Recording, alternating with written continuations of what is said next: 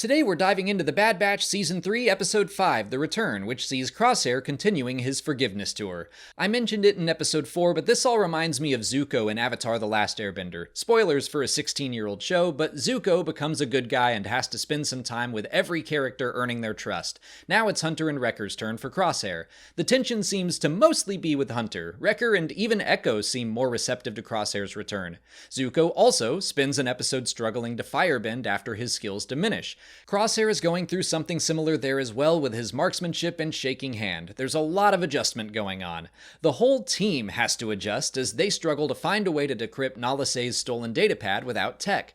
Crosshair suggests they go to the outpost he visited in the Season 2 episode, The Outpost. I like the small beat of Hunter trying to make Omega stay behind to keep her safe, basically falling into his old habits, but she can clearly take care of herself, so it doesn't take him much convincing to change his mind. And as Omega points out, she is older than all of them. I love seeing her bond with Crosshair more and more, but I think all of Clone Force 99 needs to spend some time bonding with their newest member, Batcher. The frozen outpost is abandoned, and yet she is out growling at something in the distance. Always listen to the dog. They're always the ones sensing ghosts and demons and stuff in the movies. On the other hand, they didn't have much choice turning the perimeter sensors off since they were sucking away all the power from the base. Even though Crosshair has been resistant to the idea of returning to Tantiss to help the other clones trapped there, it's not hard to guess that he will eventually come around and be part of that fight. And there's a great sign of that as he finds the helmets of Mayday and the other fallen clones from Season 2 scattered on the floor. He places all of the helmets back where they belong, not just Mayday's, who he had a strong connection with.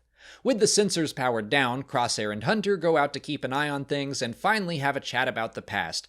Hunter's biggest problem is that he's afraid Crosshair's loyalty will only go so far, that eventually he will betray the team again. But I love Crosshair's retort that Hunter is actually jealous of Omega's growing connection with him. Hunter has been jealous before, like when Omega started looking up to Phee, so that tracks. It's a nice detail that the monster explodes to the surface as their inner conflict finally comes to a head. And so the two fighting brothers are forced to work together and watch each other's backs to lure the creature back outside the perimeter while the rest of the batch restores the power, which feels very Jurassic Park inspired. Wrecker has to be walked through restarting the power in a separate part of the base. Meanwhile, Hunter falls through the ice to a tunnel, and Crosshair has to fight his way through the surface to save him. It's a decent metaphor for fighting through uncomfortable situations to save their relationship. The experience encourages Crosshair to fully open up with Hunter, who shows his understanding and commits to trying to be better moving forward, a core theme of Star Wars. The return definitely feels like necessary time spent exploring these characters and their relationships. It wouldn't have made sense for Crosshair to be welcomed back with no questions asked. It's nice to see him earning his spot back on Clone Force 99, but it was a pretty straightforward episode. It's probably my least favorite of the season so far. That doesn't mean it was bad, it just didn't have me as engaged as the first four. I do appreciate that the mission to the outpost, while not the focus of the episode, still yielded some results to help point the way to Tantiss, and it was cool to tie this story back into the outpost from Season 2. This is definitely giving final season vibes, bringing back familiar characters and locations.